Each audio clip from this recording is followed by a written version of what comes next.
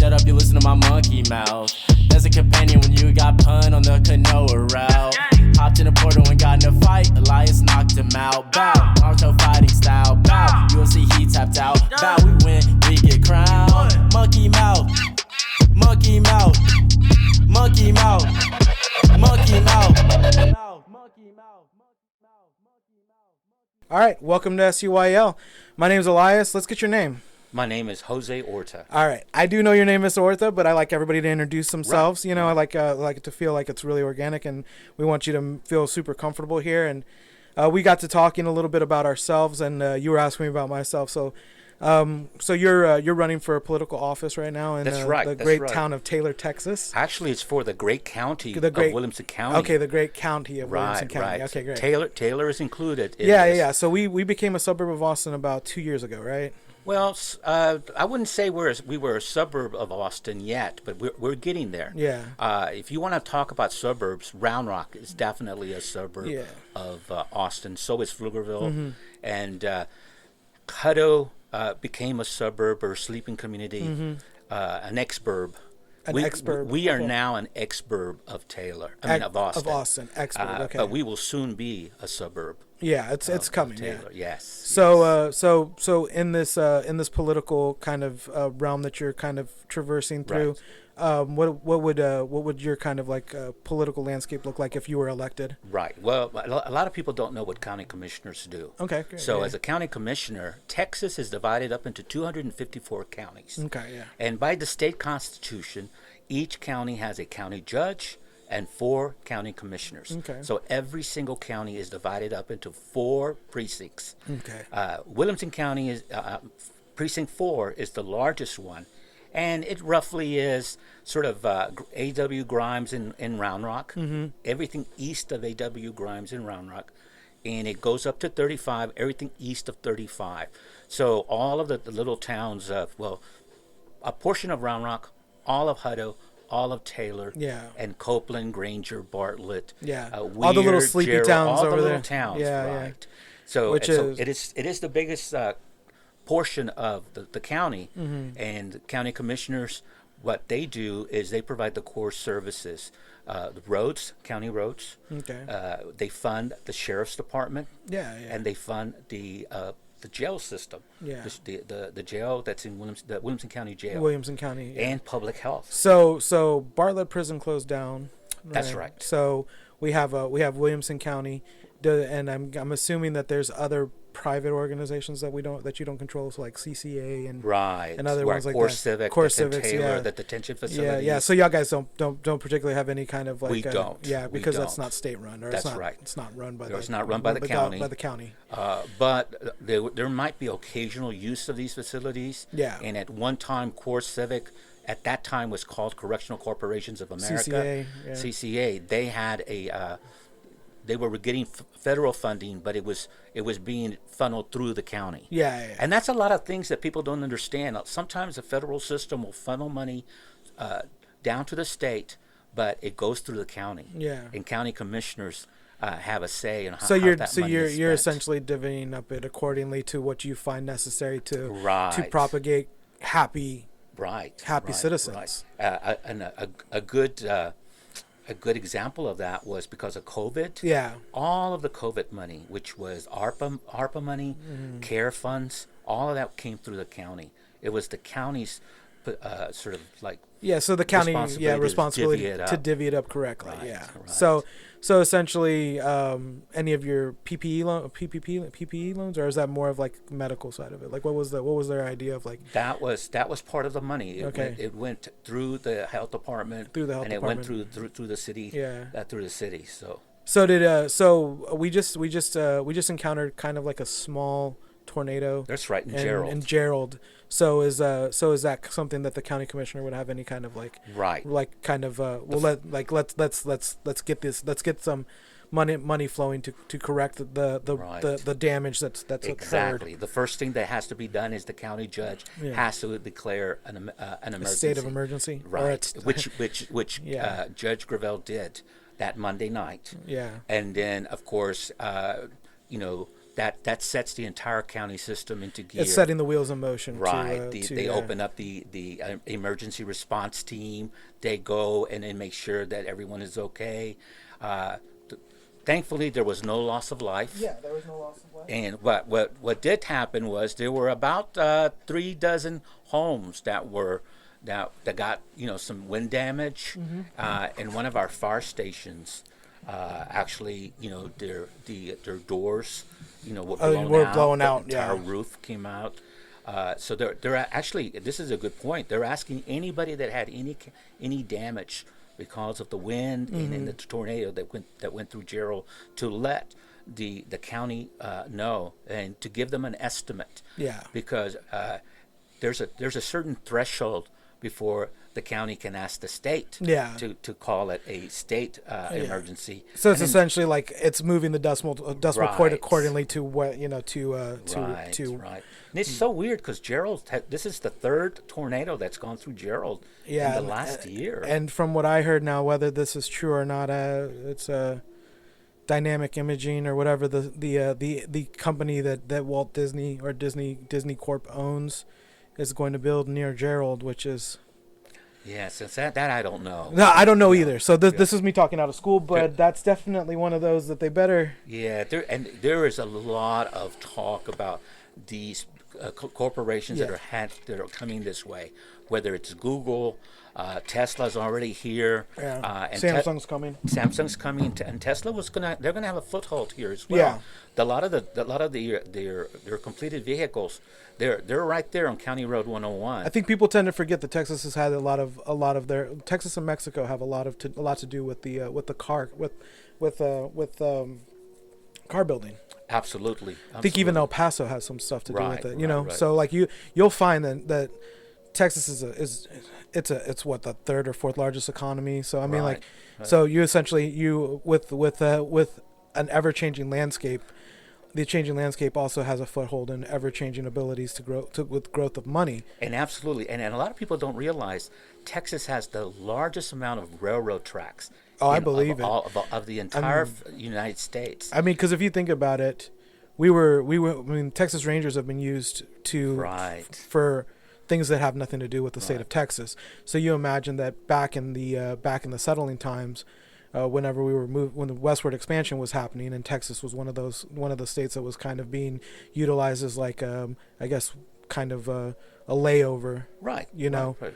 To and Williamson County is a primary junction of the east-west lines, north-south lines. It's right here in Taylor. Yeah, it will take right here in Taylor. Granger was a cotton community that was huge. Right. Cotton was king. Yeah, Williamson cotton County, was. That's why Williamson County at one time was one of the richest counties. Yeah. In fact, right now it's the 6th richest county in the state of Texas. Yeah, to pretend that money doesn't move here accordingly. Joe Rogan wasn't the first one to do this. I mean, we had I think Vicente Fernandez owned land close to us. George Strait owned land close to us. Right. Sandra Bullock, yeah. Matthew McConaughey. Yeah. So the comedy verse isn't going to be the first or last. Tesla wasn't the first money man to try and to throw on some white calf boots and think that he's the big belt buckle in Texas. Right. It's not going to happen.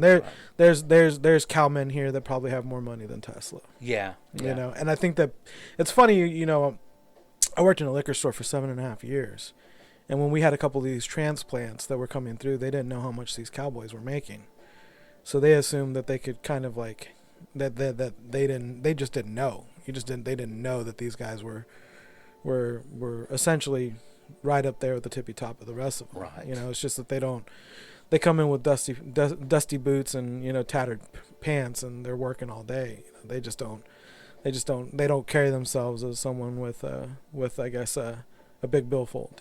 Right. Yeah. So. Right. It's definitely something that if you haven't early voted yet, we know that the voting is voting's important. We are in today's the 4th day of early voting. Early voting, yeah. And you can continue to vote early until November the 4th. Yeah. Which is a great deal. And this Sunday, if some people may not be able to get off of work. Yeah. Which shout out to Sally, that's my mother, Oh, who was saying we got to get Orta in there because we got to make sure that we get him before November 5th, Right. so we can get him in for the early voting and get the conversation rolling for. The early voting is important. Yeah. It is so important simply because you have no idea what can happen on November the 8th.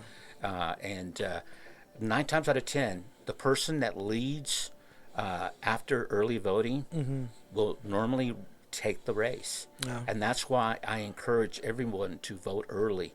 Like I was saying about Sunday, Sunday is the only Sunday that will be available for early voters. Okay. So and the polls will be open from noon until 6 p.m. So there's that old saying: get your soul to the poll. Yeah. And vote. So the we were talking about you were asking me one of the reasons why I brought you on here. Right. Which, I mean, of course I brought you on here because I'm a local boy. I'm Taylor Granger, Texas, born and bred.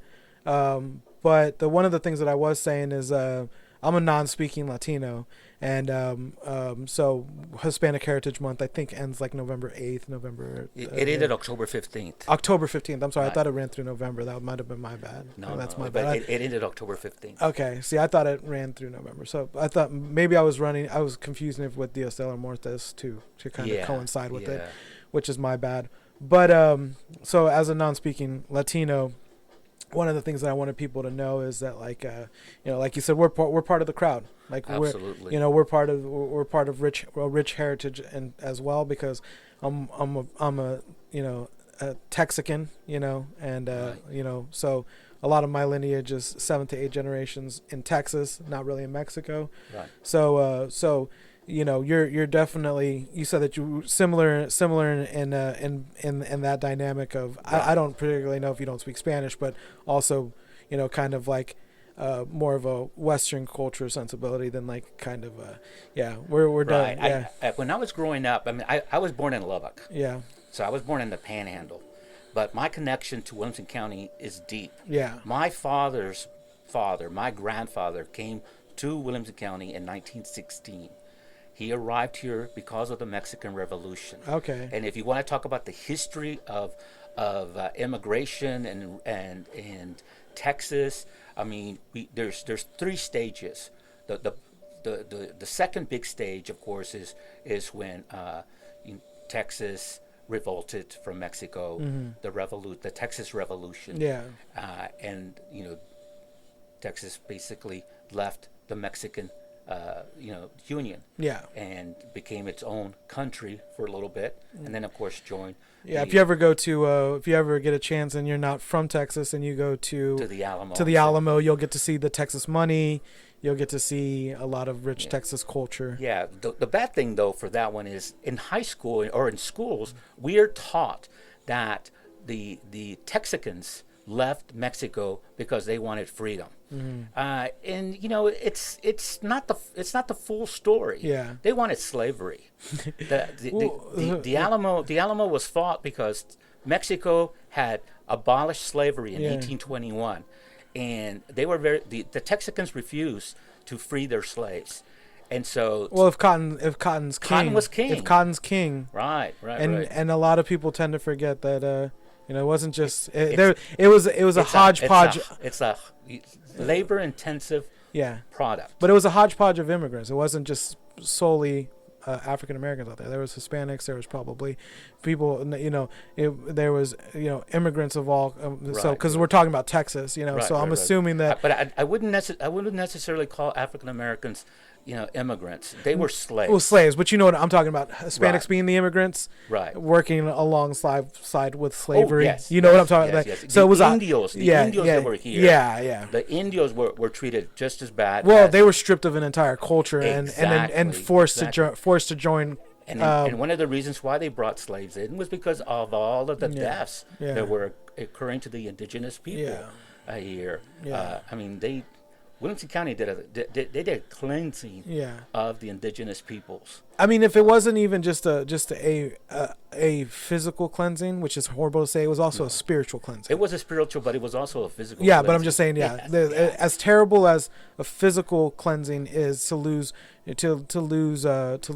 generations of human souls. Right. To have your core being stripped of you, and to be considered to now be Caucasian adjacent, and you're forced to give in, a white name.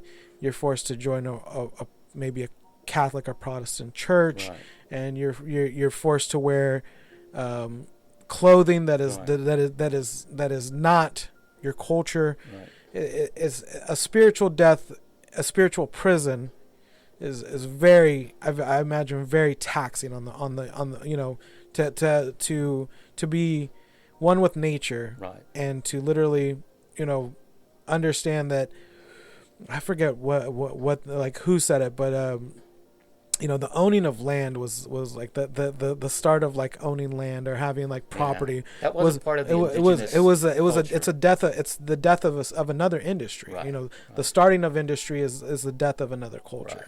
So to have I'll give you a good example of this. I mean, my name at birth is Jose. Jose Orta. And when I entered the school system in Lubbock, they stripped me of my first name. My name went from Jose to Joe. My sisters were Dolores went to they couldn't change that one, but Juanita became Janie, Lupita became Lupi, Roberto became Robert, Jorge became George.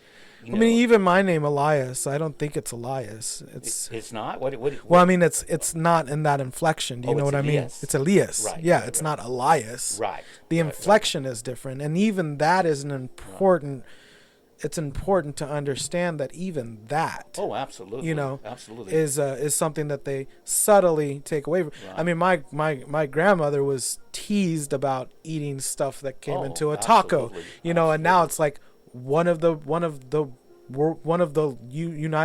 America's great export, or Texas and Mexico's great exports, is the taco. I mean, like since I was a kid, I've always read and heard about the sleeping giant. The sleeping giant is going to wake up. The Latino community is about to gain power, and the sleeping giant actually hasn't woken up. It's still asleep. There's a lot of issues when it comes to the Hispanic community. But here's the good news. The acculturation or the use of Hispanic culture, it is so profound.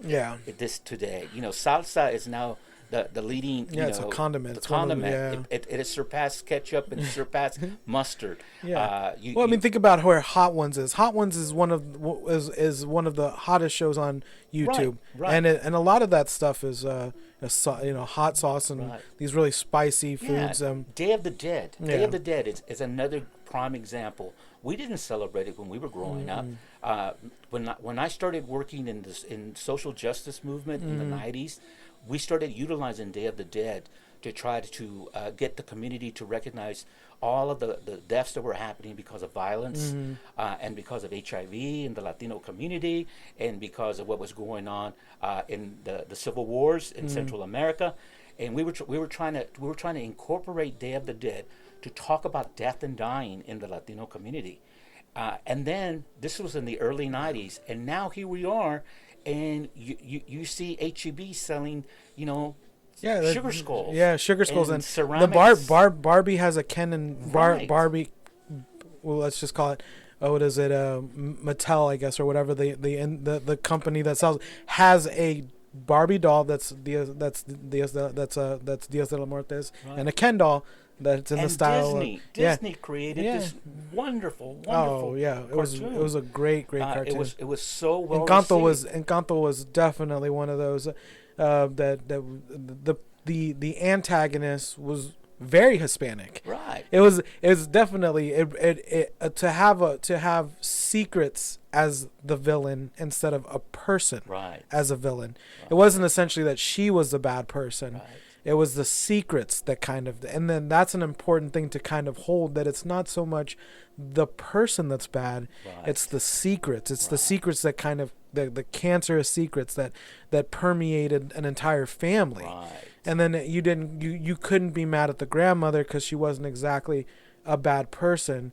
She was just forced to hold in family trauma, which is just one of those things that moves past culture, because everybody can understand that. Everyone has a bit of trauma Yeah. in their ancestors. Yeah, exactly. This entire country, Yeah. we're so fast at putting a Band-Aid over wounds, trying to cover it up, when in reality that wound will forever fester. Yeah, Until you take off that Band-Aid, yeah. and let the Sun is air the best. That's Yeah, it. sun is That's the best That's disinfectant. it. That's right. I will say that I'm 35. I'm an older millennial. I'm not too caught up in the Latinx thing.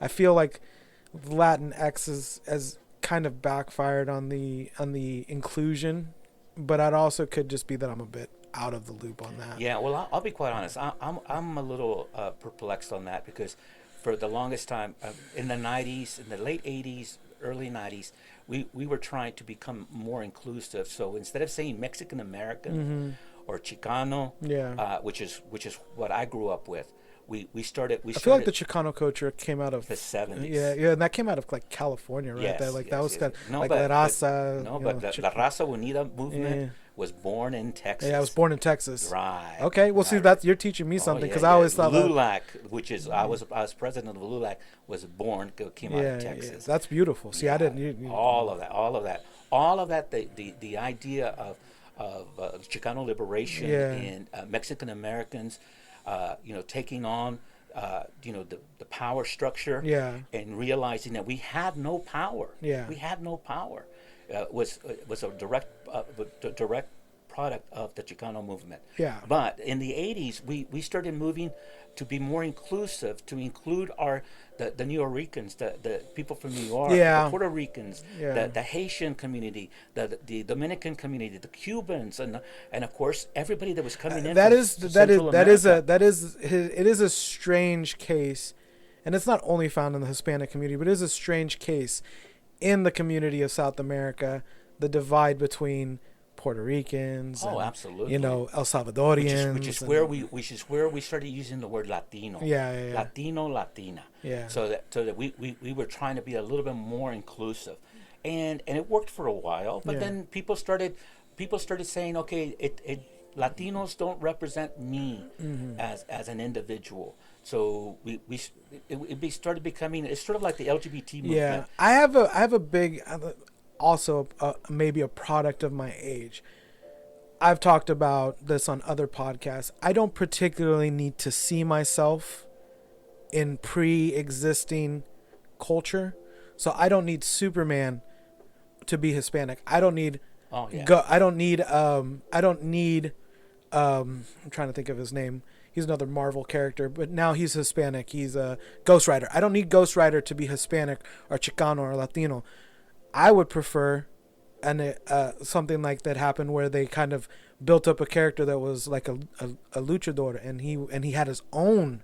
There's a comic book out there that he has his own, his own universe, his own world that builds upon the thing. I don't particularly need to see myself in a pre-existing thing. I would love. The good news for you is that you're not being inundated by a lot of it, but it's there now. Yeah, it really, there now. When I was growing up, Chico and the Man. Yeah. And I don't think people know that Freddie Prinze Jr. is Hispanic. Is Hispanic. His pop is. But they were definitely they were Puerto Rican. Yeah. But we still saw them. Yeah. Dizzy Arnaz with I Love Lucy.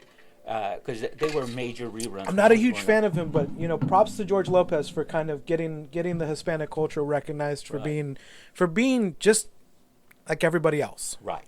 And that's, at the end of the day, I think it's what people want to know, what people want to see. Right. They want, I remember listening to, granted, he no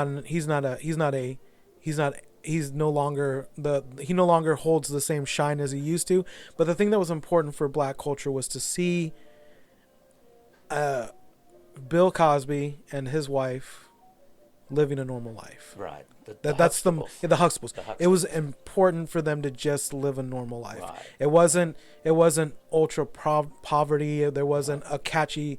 There wasn't dynamite. There wasn't a catchphrase. There wasn't. Right. It wasn't. There wasn't a catchphrase. It was just kind of like it was just family living, and just kind of having a unique take on everyday things. And that's one of the reasons why I think you talk about you don't have to see representation. Yeah. Out in the An existing culture. But I really do believe representation matters. Oh, I do. But what I'm saying is, I would prefer what someone like George Lopez does, Right. or someone like someone who's like the guy who does Medea, Right.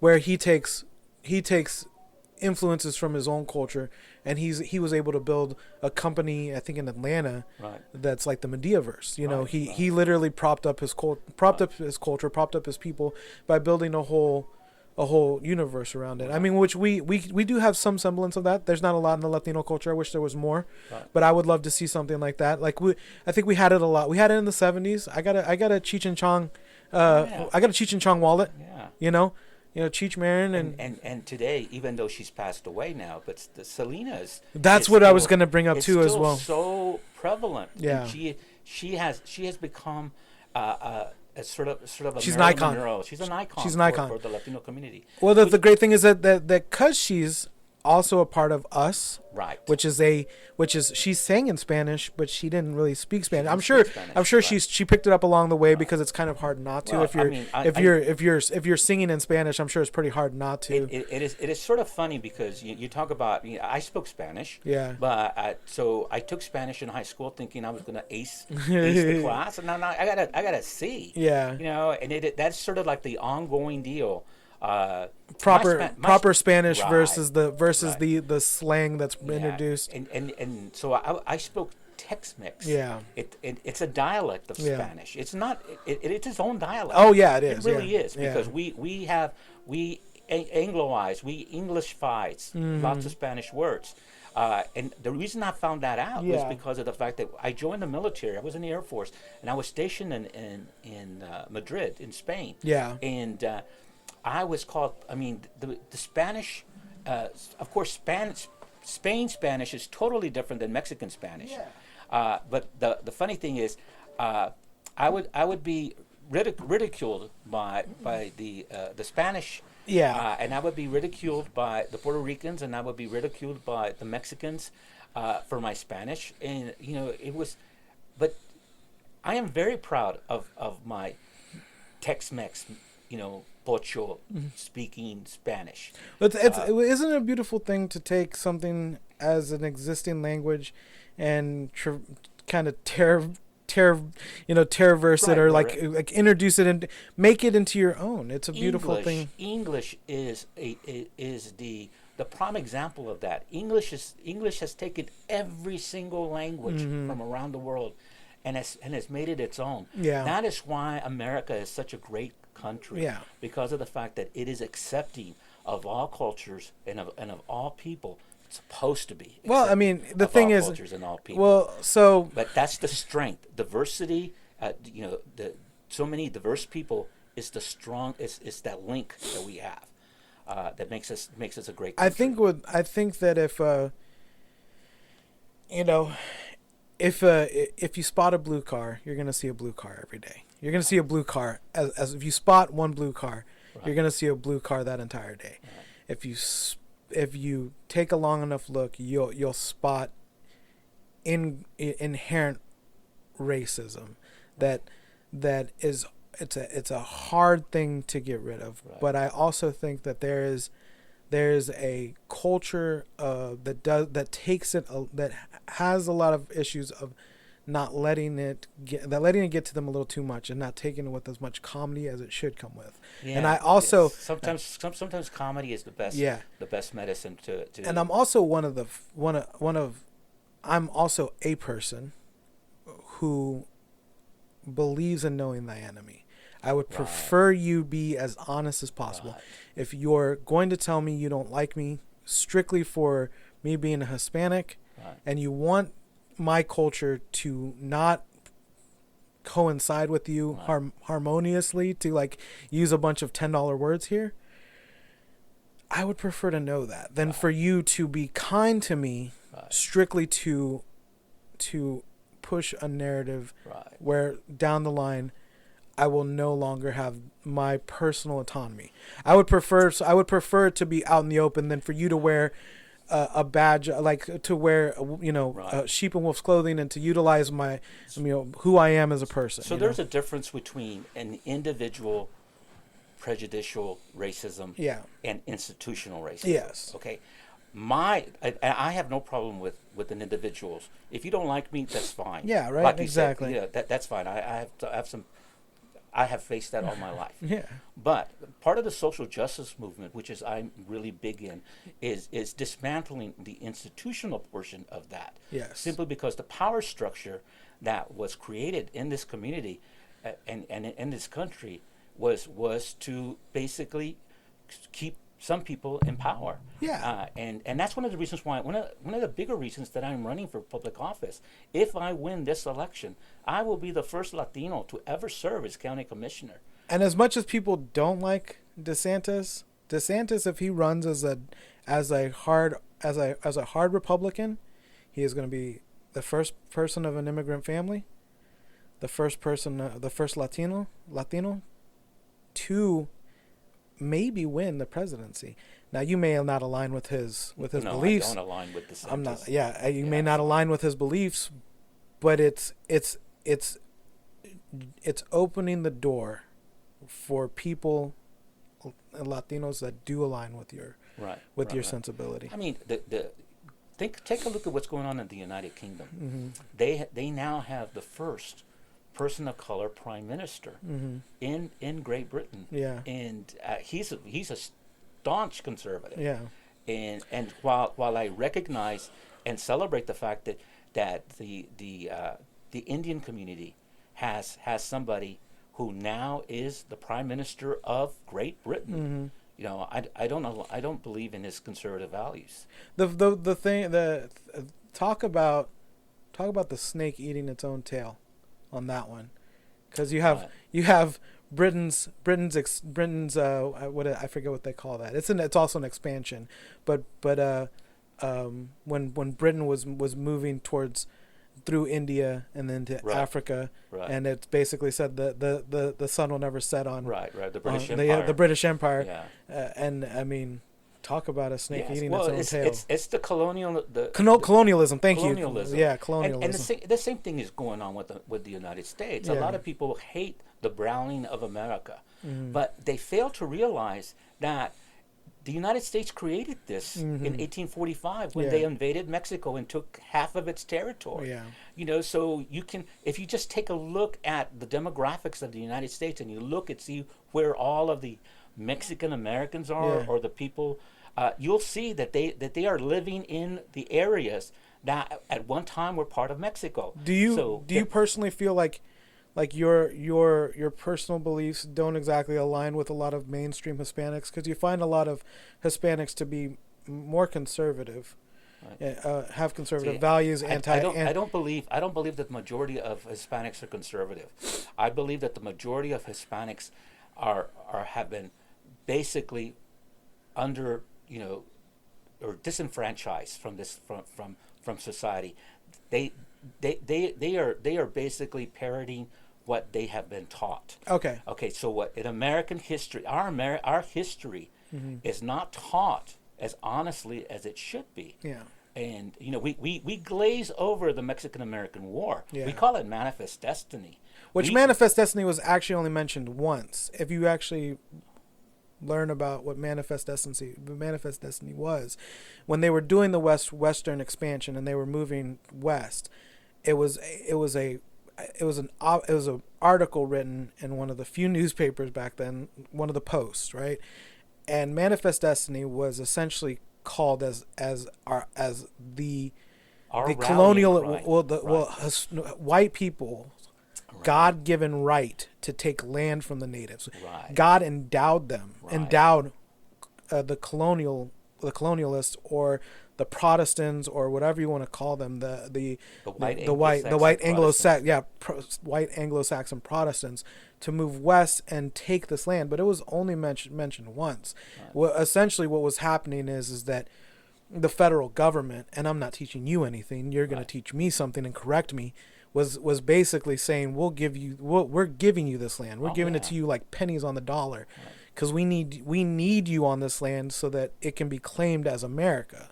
you know, and cleaned out of the natives. and cleaned out of the natives. Yeah, we don't so much want to give it to you for pennies and nickels on the dollar, but we're gonna give you.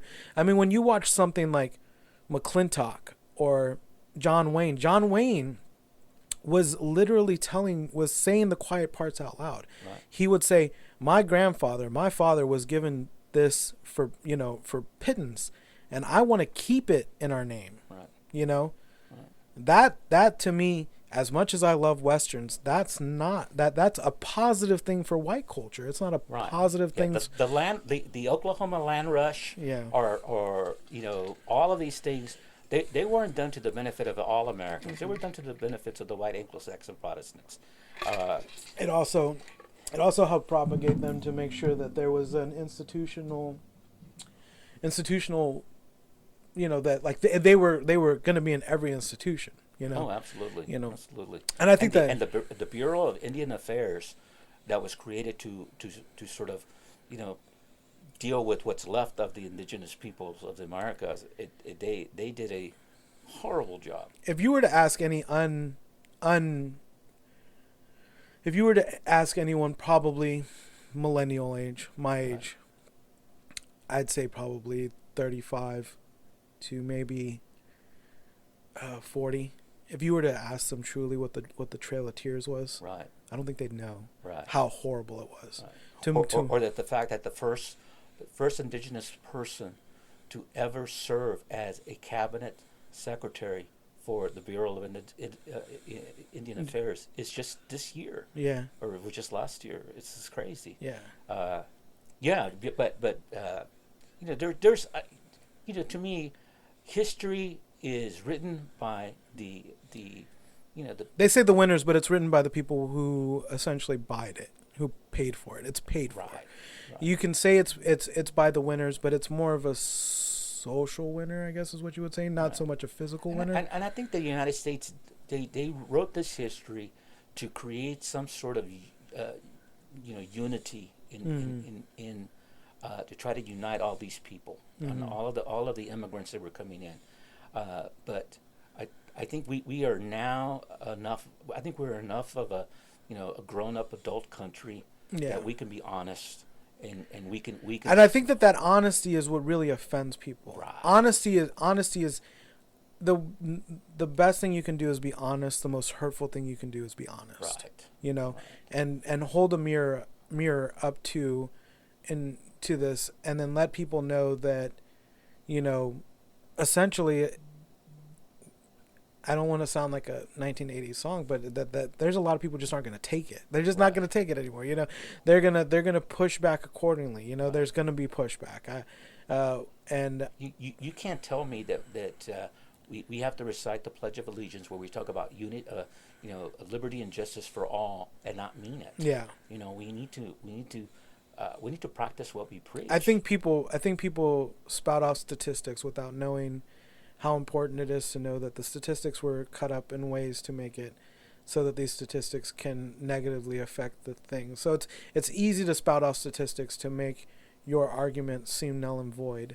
But when the statistics are skewed, or basically they're not held up to proper scrutiny. Right. See, I disagree with the fact that we can't use statistics. I think we need to take a look at where the statistics come from. But what I'm trying to say is that essentially, if you're going to use statistics and you're going to take it from a pool of people where you've basically made those statistics a forced narrative, like you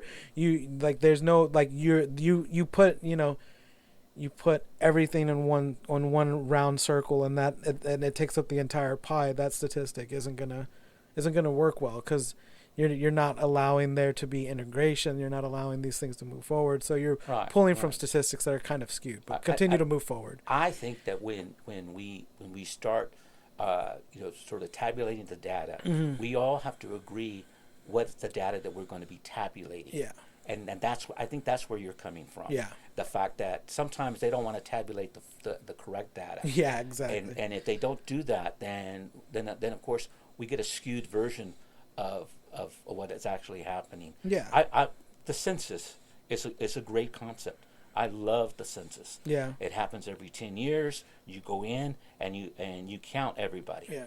What happened last time really skewed the thing because there was an entire discussion about the rule is let's not count everybody. Let's only count citizens, or let's only count people that actually have an address. An address. Yeah. So it skewed the data, and there was a huge undercount, and it did not help the Latino community. It did not help us. And the thing about it is that I'm not particularly religious. I don't know where you stand on religious. I come from a religious background, but if you are religious, understand that Jesus himself came back to Bethlehem.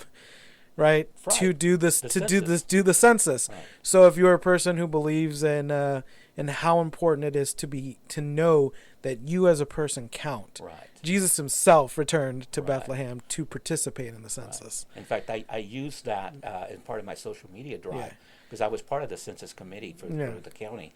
That remember Jesus participated. Yeah, in Jesus the participated in the census. Yeah. And the other thing about the figures is that's how money is divvied up by the federal system, and by undercounting, by creating these undercounts, we hurt ourselves in this state. Yeah. In fact, we lost a congressional seat. The Latino community should have had an extra congressional seat, but because it was of the undercount and the gerrymandering that took place in Texas, we as Latinos we are underrepresented in Congress. And I think that is sad, but it's going to happen again. At least every 10 years, we have another chance to bite at the piece of pie. The thing about it is that that's what's great about it is that you have someone optimistic who understands that if you come at this in a way that we lost. No, we didn't participate. We didn't participate. Correct. We didn't participate. Let's rally. Let's join. Let's unite. Instead of thinking it of as a loss. No, we have time to build and move forward and look to the future. Because if you're staying in the negative headspace, you'll basically propagate that continuously. Right. So the last time this seat was up for a vote, the Latino who ran was Carlos Salinas, and he was a city council member in Round Rock. He lost by 166 votes. Yeah. And I was positive that we could win this seat. Yeah. And I thought he was going to run again for re-election, to run again. Yeah, to run again. I called him and I talked to him. He decided not to put his hat in the ring. Yeah. That's why I decided to put my hat in the ring, because I'm like you. Yeah. I'm very positive. I believe in this country. Yeah. I believe that representation matters. I believe that we need to have a voice in this, in how this government is run. And a lot of decisions are being made in Georgetown, which I think that are wrong decisions. Mm-hmm. But if I was there, I would at least be willing and able to be a voice for the community. Yeah, it's important to have that voice. Right. So that's one of the reasons why I decided to put my hat in the ring. Yeah. So just I'm gonna wrap it up, because I'm gonna say I really would love for people to reach out to my campaign, voteorta.com. And if they haven't voted, to get out and vote, and to get their families to get out and vote. I really appreciate you coming through. I hope that the conversation moved in a positive direction for you. It was like a spider web. But it all rolls around, and I think that the idea of your podcast being shut up, y'all listen. Yeah. I think it's important, because I don't think that we don't listen. Yeah. We always wait for the person to finish talking so we can interject. Right. And we don't really listen. And I appreciate you, teaching me things, because I love learning. Yeah. If you take time every day to learn something new, it's important, because if you're not trying to, learn new things, or just get out there and kind of understand how important Taylor was to the overall community of Texas, like the overall structure of Texas. Taylor was important. Granger was important. Absolutely. Williamson County is important. Absolutely. And as someone who's going to be representing Williamson County, I can tell you personally that we're happy to have you on here.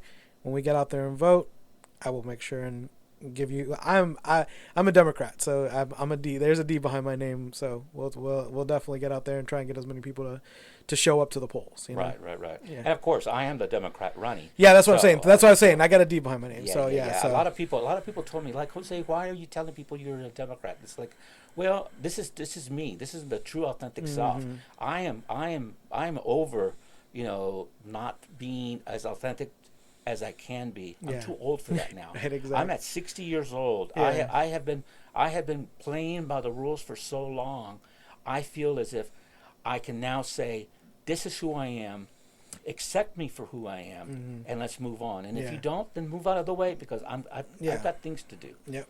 So. All right. Well, thank you very much. Right, one more thing before we go. We always like to ask people what they think of the studio. So I think it's a nice studio. I mean, it was very welcoming, and I love the idea that you said that when you welcomed me, you said, if you need something here, it's yours. Yeah. And I think it was really good. Thank you very much. Well, thank you for giving me such a great compliment on the studio. I'm going to say thank you so much for representing Williamson County so well. And, I'm not sure if I'll be. I mean, I'm hoping that I'll win. You're representing it now. That's true. I appreciate what you do for Williamson County, what you do for Taylor. Yeah. This was SUYL. Can I get you to say goodbye and get your name again? Okay. Thank you all for listening to me. My name is Jose Orta, and I'm running as a candidate for County Commissioner, Precinct 4. All right. Well, this was SUYL. Thank you so much, Mr. Orta. You have a wonderful day. All right.